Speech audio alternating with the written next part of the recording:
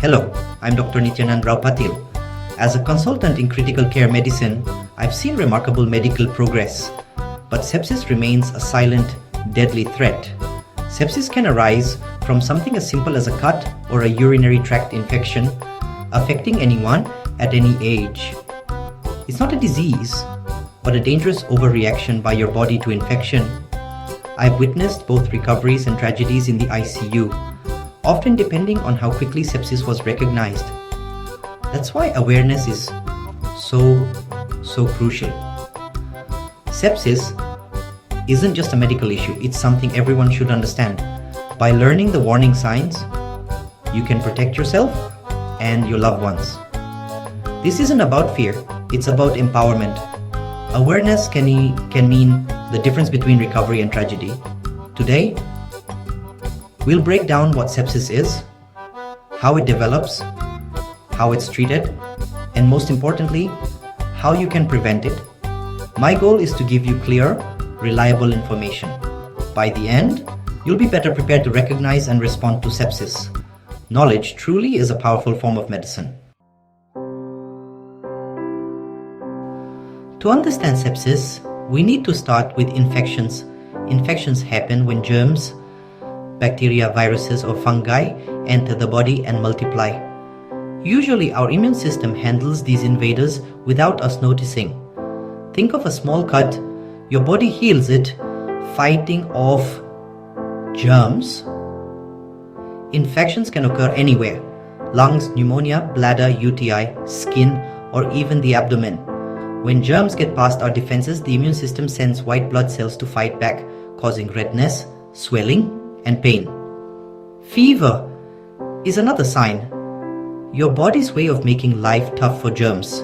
Most of the time, the immune system wins.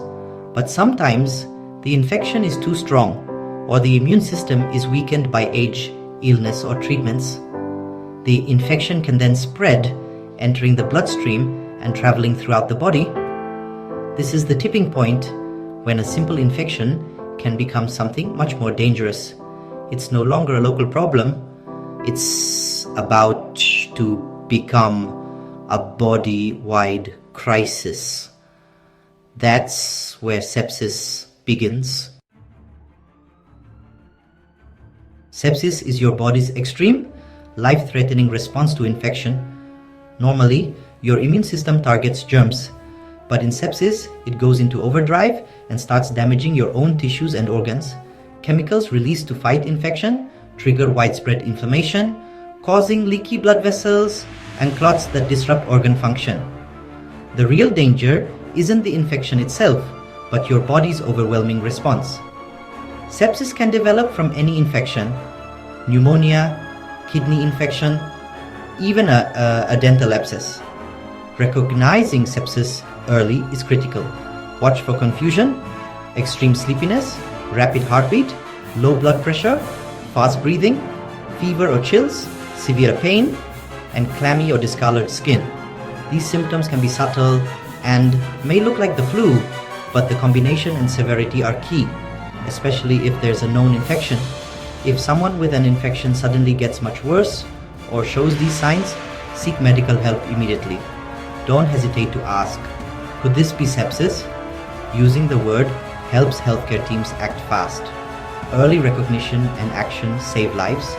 Sepsis is a medical emergency. Every minute counts. Knowing the signs can make all the difference. Stay alert and don't ignore sudden changes. If sepsis isn't treated quickly, it can escalate to septic shock. In septic shock, blood pressure drops dangerously low and organs don't get enough oxygen.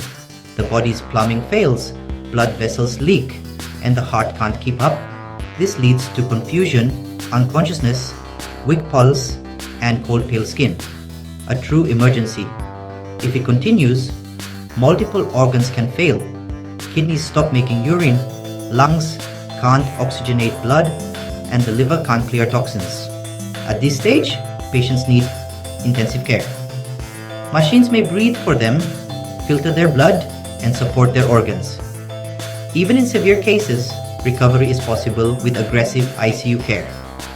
The goal is to support the body while fighting the infection. Rapid treatment is the key to survival.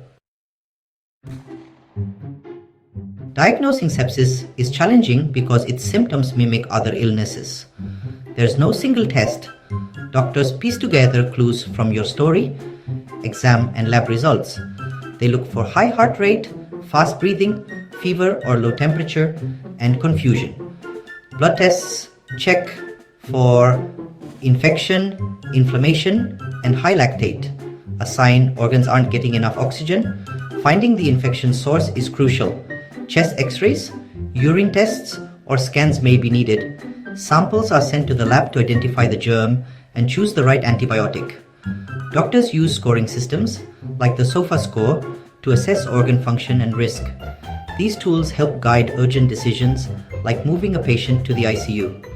Diagnosing sepsis is a race against time. The faster it's recognized, the better the outcome. Treating sepsis is a medical sprint. Every minute matters. The golden hour is the first hour after sepsis is suspected. Rapid action saves lives. Hospitals use a sepsis band-aid, a checklist to stabilize patients fast. Broad-spectrum antibiotics are given immediately, even before the exact germ is known. IV fluids are started to raise blood pressure and restore blood flow to organs. Doctors work to find and control the infection's source, draining abscesses or removing infected devices if needed. In severe cases, patients go to the ICU for round-the-clock monitoring.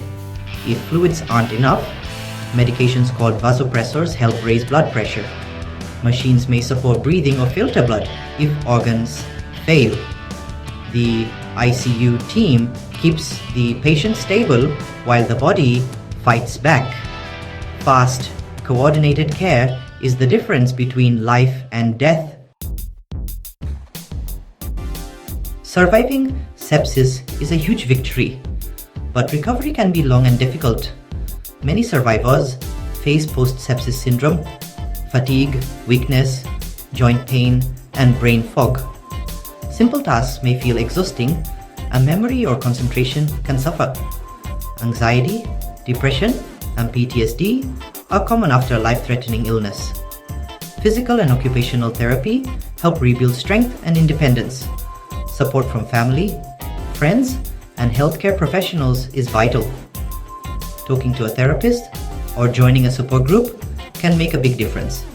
Recovery is slow, with ups and downs, but improvement is possible. Many survivors go on to live full, meaningful lives. Patience and support are key. You're not alone on the road to recovery. The best way to fight sepsis is to prevent infections in the first place. Wash your hands often and practice good hygiene.